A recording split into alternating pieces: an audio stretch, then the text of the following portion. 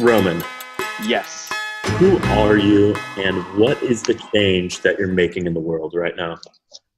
So yeah, my name is Roman Vakilitabar, and who am I? I'm a curious individual who likes finding new opportunities to create an impact in unexpected ways. I've been really passionate and excited about the realm of technology and media as a conduit to communicate that impact. And but I think deep down beneath it all, I'm an artist. Um, I'm a son. I'm a brother. I'm a friend. I feel like those are way more meaningful than anything work related. But I mean, I do pride myself in the work that I do, and the impact that I'm really trying to focus on these days is how do we look at the landscape of our country and find common ground across lines of difference. I feel like our country has gotten so polarized, and we're falling into kind of a dangerous place of hyper partisanship and a more deep focus on the differences that exist between us than really trying to acknowledge the commonalities that exist between us in ways that can really absolve a lot of the conflict and the anxiety and the discord that exists between different groups. And so over the last couple of years, I've tried to, so I started Pathos Labs, which is essentially a laboratory focused on finding ways that media and technology can accelerate compassion, can accelerate the rate at which we're finding common ground, can accelerate understanding across lines of difference. And really the goal is, can we use media and technology, these tools that have been kind of weaponized against us in many ways, to spread discord and spread the idea that we're more dissimilar than I think we really are. Can we use those technologies and those mediums to dismantle hatred in our country right now? So it's a little bit about who I am and what I care about. That is amazing. I mean, Thanks. it's really refreshing to hear of someone taking technology and seeing how they can interact with the human experience to make it better. How can we use it as a tool, not just to make money, but to really make people's lives better? Now, one of the questions that came up listening to that's a very complex mission to take on. Yeah. What inspired that? What in the world inspired you to do this? What was the spark to create this? Yeah, I mean, definitely many things, kind of a confluence of different experiences and trends that I noticed that kind of scared me, to be honest. Earlier on in college, I was really interested and fascinated by empathy, how to feel empathy when it's difficult, how to understand other people's experiences when their experiences are entirely different than your own.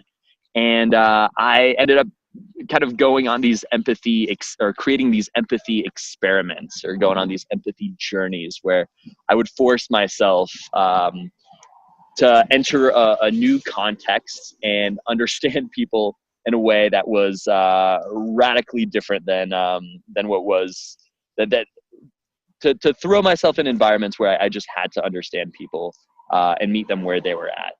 So some examples of that, I guess. I spent several weeks experiencing homelessness when I was in college. 2 weeks, tried to travel across Europe without spending any money, and really put myself in an environment, in a context where I was a stranger, where I was a foreigner, where I had to really subside and subsist off of the generosity of strangers, and where, quite frankly, I was exposed to individuals who had this uh, whose lives were defined by this homeless experience. And it was a really revelatory journey. And it was really difficult. And so that was one of the experiments. Another, I had backpacked between Israel and Palestine to better understand the conflicts there, and how people feel about those on the other side of the wall. And that was really interesting to see how we tend to otherize people who have different ideas or have different identities, even if they have very similar ideas or beliefs. Just the mere nature of the fact that this conflict has been so deeply seated and so intergenerational was really interesting to me. And so those were the kind of experiments that I had the privilege of creating for myself during summer vacation, for example. And so I just became really interested in this concept of how do we understand people who have very different experiences, and how do we enter their contexts to understand them. And so since then, I realized that that's not very scalable, right? Like it's an individual experience where you have to do that, and it's scary and it's risky and it's uncomfortable, and wanted to figure out ways that we could scale similar kinds of experiences, and became really inspired by virtual reality as a mechanism to create that empathy. So we did a little bit of work with VR, and then recently just seeing how in the 2016 election,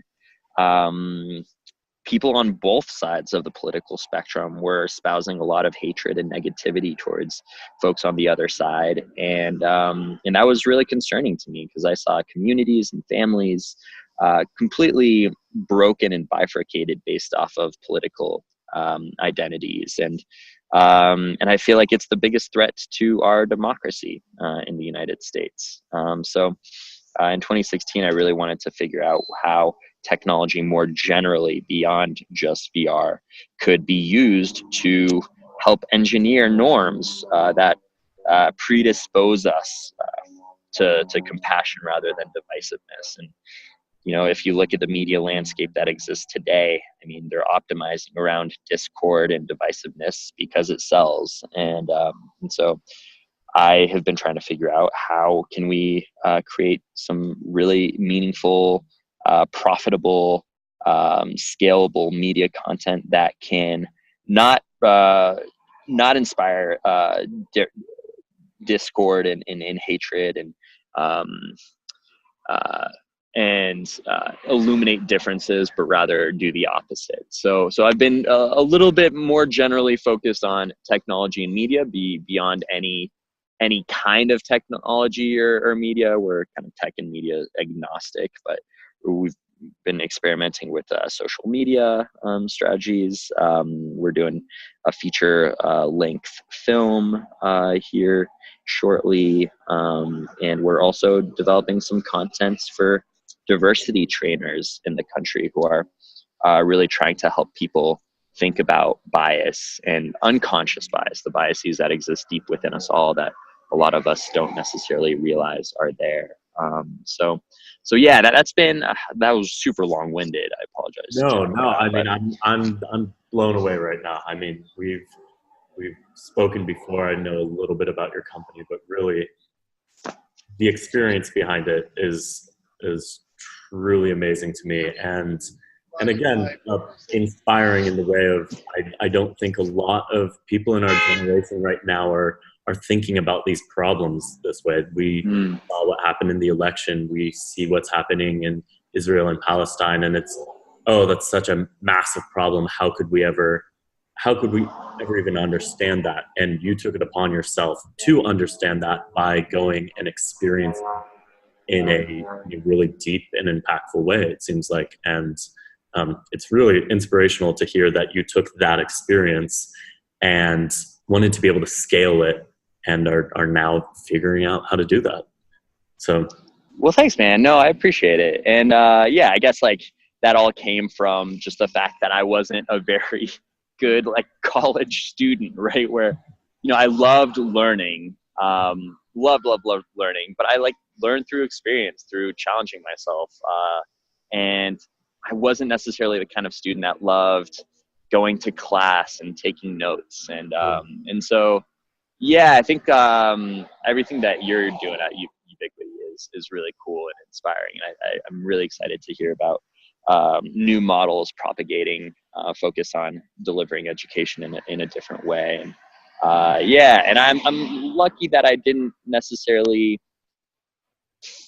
because I feel like it's easy to lose yourself in a university setting when that's the expectation. You're supposed to perform, you're supposed to graduate in 4 years, you're supposed to find a great stable job afterwards. Like I feel like people who don't really fit that mold or who don't really want to take that path like feel lost. And for me, I'm lucky that I had a supportive community, that I was constantly inspired by podcasts I was listening to, or inspirational people that I was coming across online, or books that I was reading that really inspired me to take my own journey. So it wouldn't have been possible had it not been for like myself giving myself the permission to make learning what I wanted it to be rather than what people told me it was supposed to be about. So That's all to say, I'm reflecting the compliments back onto you and the work that you're doing. Well, thank you. And that's what we're trying to do. We're helping people realize that their education doesn't have to live within a box, physically, Totally. figuratively. We want people to think for themselves. We want to be able to teach people and give them the tools to think for themselves, find what they're truly passionate about, help them figure out how they want to make a change in the world, and again, arm them with the skill set to be able to make that a reality. I think that's a good segue into sort of the next question of the things that you've done in the world are truly amazing. And I think people would be curious of what skills do you see that you have that made this change possible, that makes possible what you do every day? Ooh, man. So I guess like the first one that comes to mind doesn't sound like a skill, but I think it really is how naive I am in a way where, a lot of the things I've attempted in my career, so to speak, have been just from a place of curiosity, not really knowing whether it's possible or not, but feeling like it's worth it to give it a shot. And, I've had a lot of people come up to me and say, hey, what you're doing is hard. It's not scalable. It's impossible in a way. And just like, I think just being naively, like overly optimistic, has been the only reason why I've kind of continued upon this path. And I'm like really thankful for that. So I think that's one. I think two is not so much a skill, but more of like a characteristic, that I would use to define me. I have a lot of ADD, like right now I'm actually talking to you, Jack, in a tree. I just like climbed a tree and I'm sitting at the top of this tree talking to you right now. I think that has been really helpful because I feel like creativity comes at the nexus of two completely unrelated industries or schools of thought, and connecting two connecting two things that haven't been connected before. Like I think that's where the opportunity really lies, and I feel like I've been pretty good at connecting unrelated disciplines, largely because of how I'm constantly exploring, and I'm constantly curious, and I'm like over the weekend I'm reading different articles and trying to soak up different things that may seemingly have nothing to do with the work that I'm doing, but I always seem to find some really interesting cross sections that I can really apply to the work that I'm doing. So I think like that's something also that I really appreciate about myself, is just that willingness to explore, to try things, to not take myself too seriously, to not be confounded by like the social norms in a way, where I feel like that's a really liberating thing, is not to really care what other people think of you. And so I think like the confluence of those things has really been instrumental in me being where I'm at, the friendships that I've been able to cultivate over time that have been so meaningful to me, and the work that I'm doing. It's cool to be doing something where I have on a day-to-day basis, I find myself talking to the coolest people. I had a conversation yesterday with conflict resolution expert at MIT, who's written several books about dignity. And we had a really awesome conversation. And afterwards, I hung up and I was like, I have no idea why she would have wanted to chat with me. But it's cool that we're having a meaningful conversation and riffing with one another. So yeah, I guess like I'm kind of talking in circles here, but yeah, I think those are like the traits that I see in myself that I'm most proud of in a way, and traits that I think have been most beneficial and valuable to be able to do the work that I'm doing today. Yeah. Oh, that was awesome. And you weren't talking in circles. I think that really painted a picture of what you're doing, but really who you are, because I think that is at the core of what you're bringing to the world right now. You're taking your experiences that you've lived from your own curiosity in your life. And I think talking about being naive is really important, because it's so easy to let society, again, try to put you in a box or tell you, no, you can't do this. And sometimes it takes a little bit of that naivety to say, no, I think I can. And I For think, sure. No, yeah. And so many people have told me, like, wouldn't it be advantageous for you to get a graduate degree before you start doing this, right? Like, what kind of authority on the matter do you have? What's your credibility or your clout to be doing this? Like, shouldn't you first like get a PhD in this before you start attempting, or don't you think it would be advantageous for you to be working within like a media lab somewhere? And those are like interesting questions. And like sometimes I think about like, okay, that could be really cool to work with some professors who have more experience in this than I do. But it's really like I think a lot of people challenge me on where I'm at and like the big questions that I'm trying to ask through my work. And for some reason, it never seems like the questions that I'm asking always seem to be too big, too outside of my realm or zone of expertise. And I agree with them, right? Like I'm totally a novice or a noob as it comes to a lot of these questions. But like last Saturday, I was at a coffee shop and I was flipping through these PDFs, these dissertations from different academics who have published some really interesting, who've collected really interesting data and have published some really fascinating reports on different questions that I'm curious about. And like I'm trying to get there, right? And I'm trying to put in the work, and I'm truly coming from a place of curiosity and naivete in a way too, of wanting to figure out what has maybe taken researchers 10 years to figure out at a much accelerated pace. So yeah. I mean, but you're doing it. And I think, there's a lot of inspiration in this conversation to me, but you're doing it and you're going for it, and you're not taking no as an answer. You're not taking people questioning you as a roadblock. You seem to really accept that, accept where you are, accept your place in the world, but still you move ahead. And I think that's such an important lesson of having that positivity in life. And yeah, again, Well, thanks, man. Thanks. I appreciate hearing that. I hope our students can connect with this. And that's I think we can wrap up with that of, if people want to connect with you, if people want to connect with your work, what's the best way to do that? Yeah, man. Totally. I'm always looking for ideas, individuals who want to collaborate on a project, individuals who may be interested in helping out with some projects that we have going on. So yeah, it'd be awesome to connect with your students or your community or whoever. Would love to ask big questions with them. And yeah, they can hit me up.